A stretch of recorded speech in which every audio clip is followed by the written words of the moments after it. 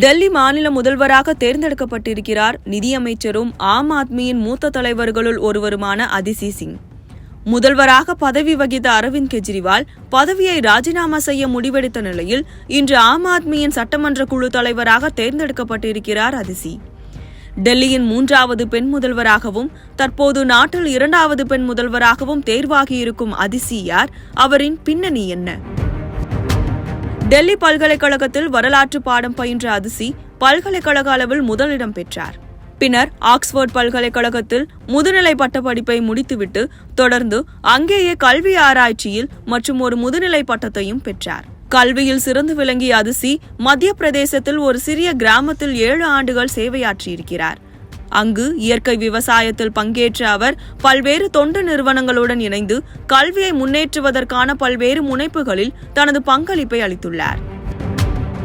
ஆந்திர பிரதேசத்தில் ஒரு பள்ளியில் சிறிது காலம் அவர் வரலாறு மற்றும் ஆங்கில ஆசிரியராகவும் பணியாற்றியிருக்கிறார்.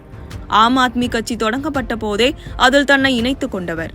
2013 டெல்லி சட்டப்பேரவை தேர்தலுக்கான ஆம் ஆத்மி கட்சியின் தேர்தல் அறிக்கையை தயாரிக்கும் குழுவில் உறுப்பினராக செயல்பட்டதன் மூலம் கட்சியின் கொள்கைகளை வடிவமைத்த முக்கிய உறுப்பினர்களில் ஒருவராக திகழ்ந்தார்.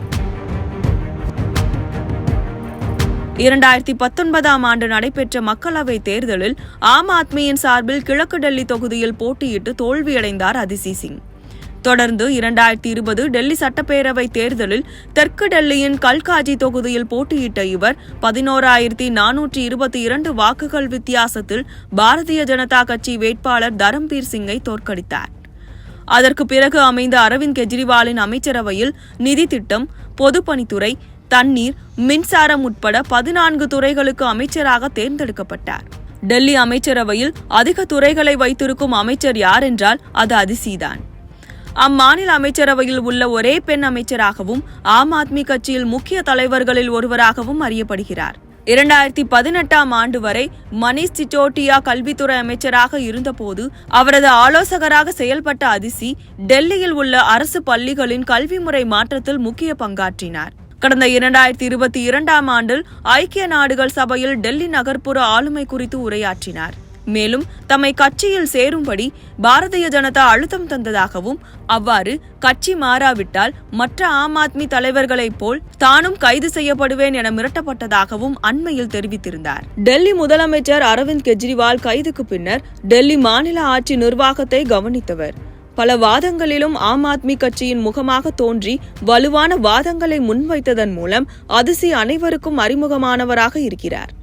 இவரே தற்போது டெல்லியின் புதிய முதலமைச்சராகவும் தேர்ந்தெடுக்கப்பட்டுள்ளார். இந்தியாவில் 28 மாநிலங்களில் மேற்கு வங்க முதல்வரான மம்தா பானர்ஜி மட்டுமே பெண் முதல்வராக இருக்கிறார். தற்போது அவருக்கு அடுத்ததாக பெண் முதல்வராக இணைந்திருக்கிறார் அதிசி சிங். இவர் வரும் பிப்ரவரியில் டெல்லி சட்டமன்ற தேர்தல் வரை முதல்வராக இருப்பார் என எதிர்பார்க்கப்படுகிறது.